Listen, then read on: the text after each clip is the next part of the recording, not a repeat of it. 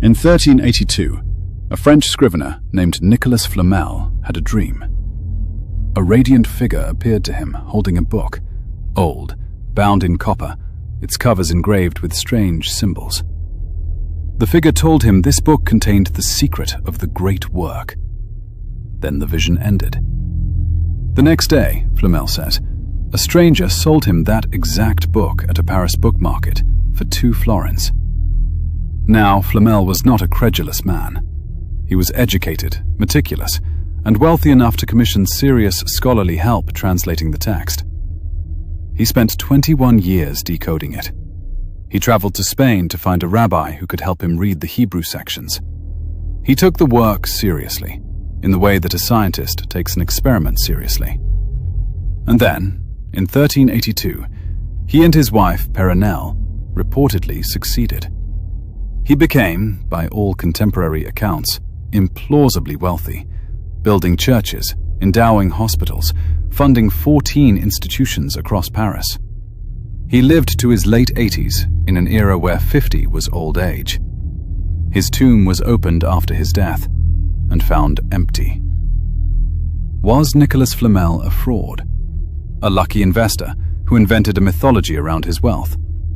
A genuine alchemical adept? I don't know. And that's not actually the most interesting question. The most interesting question is, what did he think he was doing? What was the work he spent 21 years on?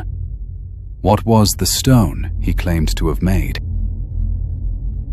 Let's start with the mistake, because if we don't address it directly, everything that follows will be filtered through it. The mistake is this.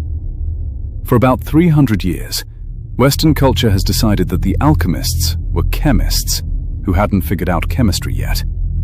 Fumbling proto-scientists who wasted their lives trying to do something physically impossible, deluded by greed and mystical thinking. This view is held almost exclusively by people who have never read the alchemical texts. Because the moment you sit down with Paracelsus, or with the Rosarium Philosophorum, or with the writings of Ramon Llull, the moment you actually read what these people wrote, the materialist interpretation collapses immediately. Here is Paracelsus, in the 16th century, on what the alchemist is actually trying to transmute.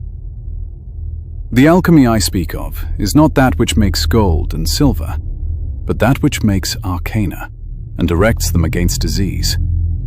The purpose of alchemy is to make the elixir of life.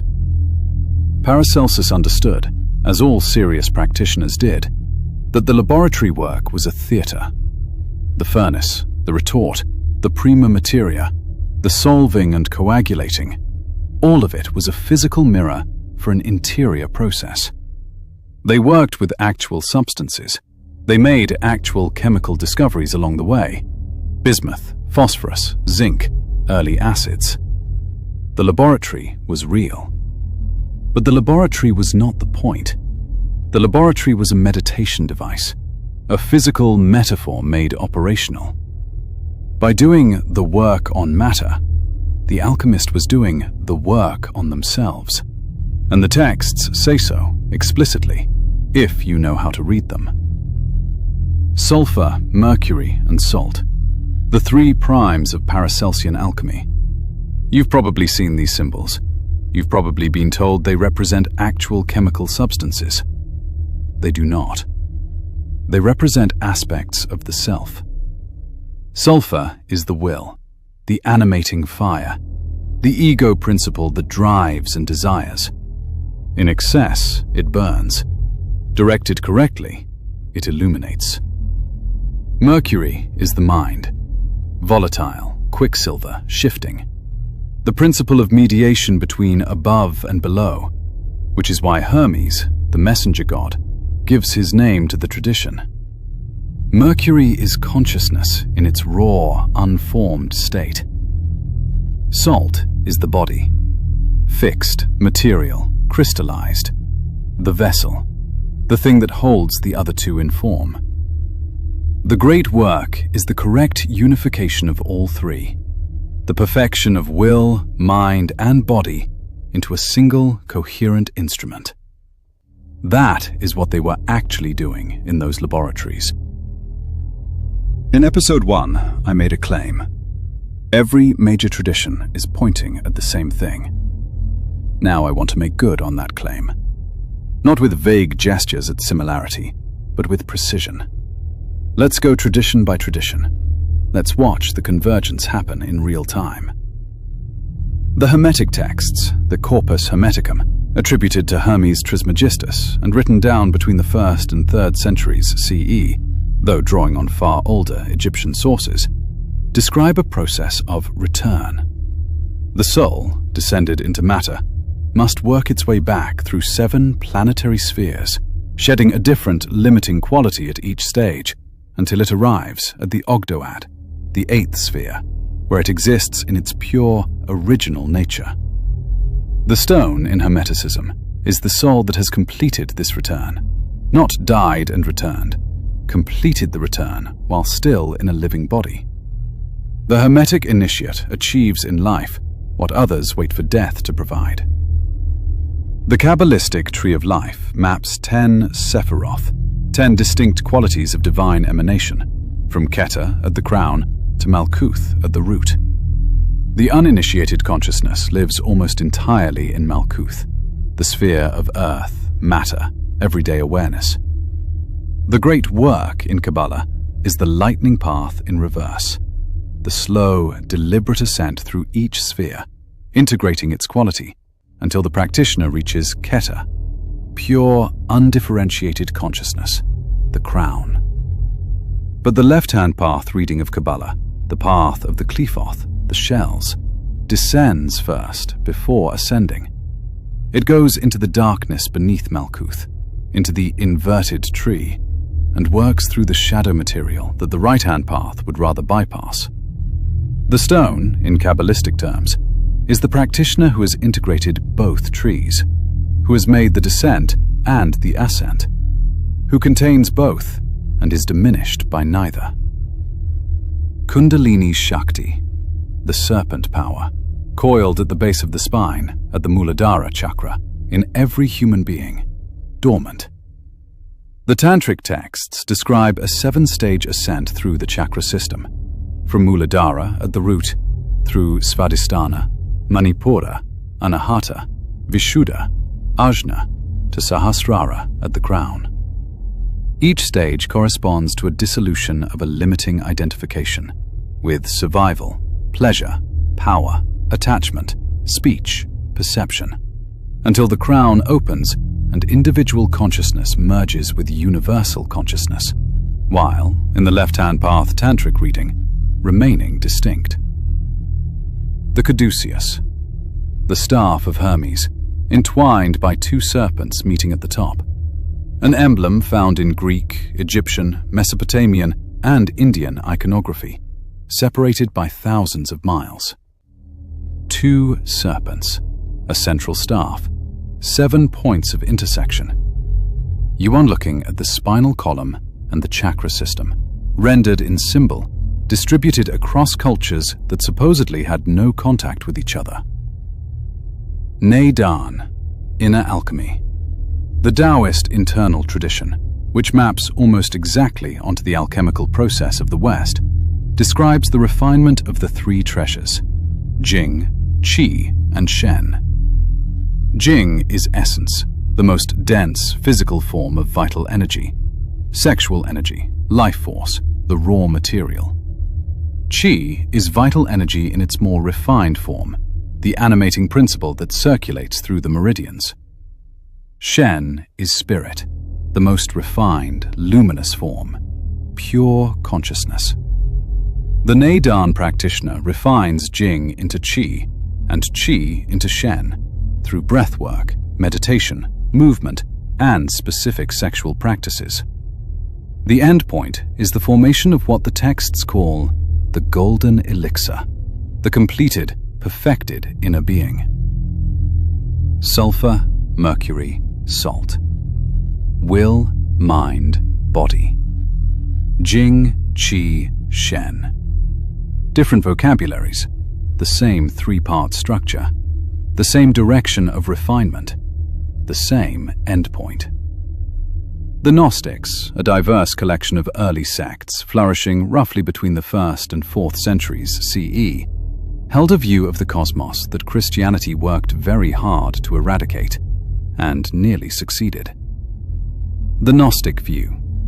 The material world is not the creation of the true God.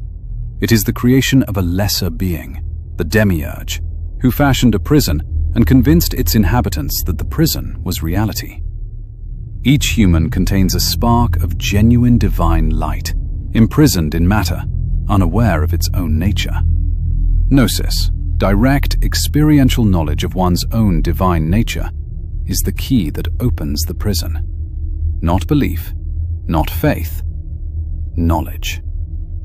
The pneumatic Gnostic, the one who achieves Gnosis, is freed not after death, but in life.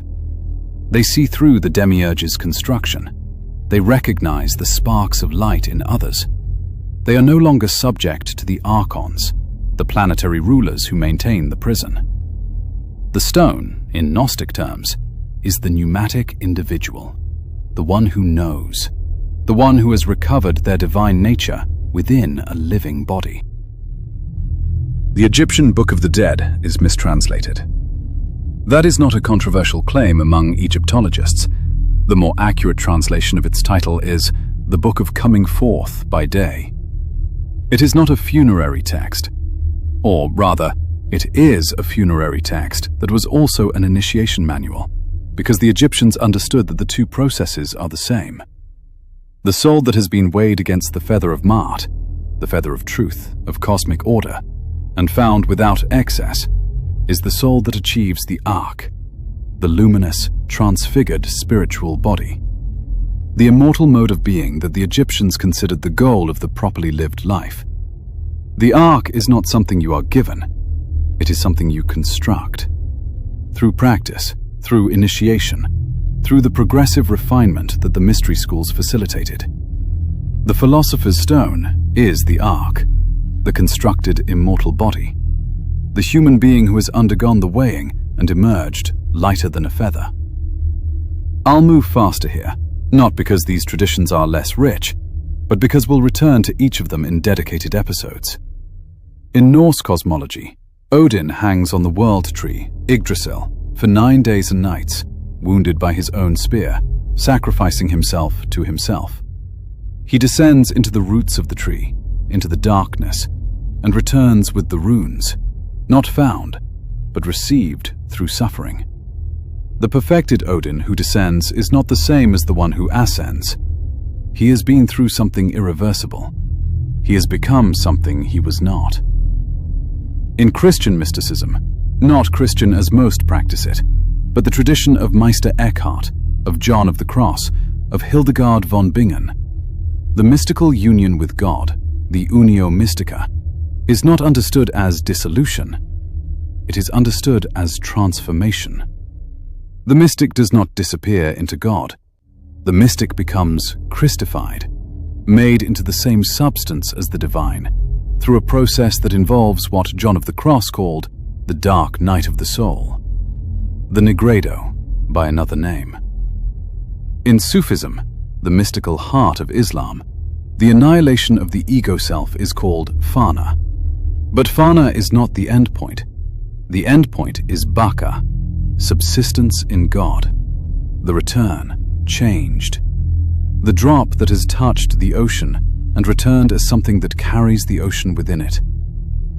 In Vajrayana Buddhism, the rainbow body, Jalu, is the endpoint of certain advanced practices. The practitioner's physical body dissolves at death into pure light, leaving only hair and nails. Not death, transformation of the body itself into a higher order substance. Reports of this phenomenon appear consistently enough in the Tibetan tradition that serious researchers, including some affiliated with academic institutions in the West, have documented it in the 20th century. 10 traditions, 10 vocabularies, 10 cosmologies that seem, on the surface, to have almost nothing in common. One process, one direction, one destination. Something happens to a human being who takes the work seriously. something real, observable, documented across millennia and continents. Something that changes not just what they believe, but what they are. The Philosopher's Stone is the name the Western alchemical tradition gave to that something. Now I want to show you something specific, something you can verify independently. If the stone is a state of being, a real, achievable transformation of the human organism, then we should expect to find consistent, cross-cultural descriptions of what that state looks and feels like. We should find reports that match, even between traditions that never knew each other existed. We do. First, luminosity. Across traditions, the completed individual is described as radiating light. Not metaphorically, literally. The Ak in Egyptian tradition, the light body in Tibetan Buddhism, the resurrected Christ described as bright as lightning, the Sufi saint whose face glows, Moses descending from Sinai with rays of light coming from his face. The Hebrew word is karan, which Jerome mistranslated as horned in the Vulgate, which is why Michelangelo's famous Moses has horns. Karan means to radiate light. Second, fearlessness in the face of death. Not suicidal indifference, a genuine, reported dissolution of the existential anxiety that governs most human behavior. The completed practitioner has, in some sense, already died. They have undergone the initiatory death. The physical death that comes later holds no terror because it is not new. Third, a quality that the people around them consistently report is an almost gravitational presence. An increase in what we might loosely call charisma, though that word is too thin. The alchemical tradition calls this the virtue of the stone, its capacity to transform whatever comes into contact with it. The completed individual transforms people not through argument or teaching, but through proximity. Fourth, unusual longevity. This appears too consistently across too many traditions to dismiss entirely. Flamel, Cagliostro, the Comte de Saint-Germain, who was reportedly seen at the court of Louis XV, looking unchanged for decades. The Taoist immortals, the Tibetan masters who live well past the typical human span. Whether this is literal physical longevity, a kind of continued presence that outlives the body, or something more difficult to categorize, something about the completion of the work seems to alter the practitioner's relationship with time.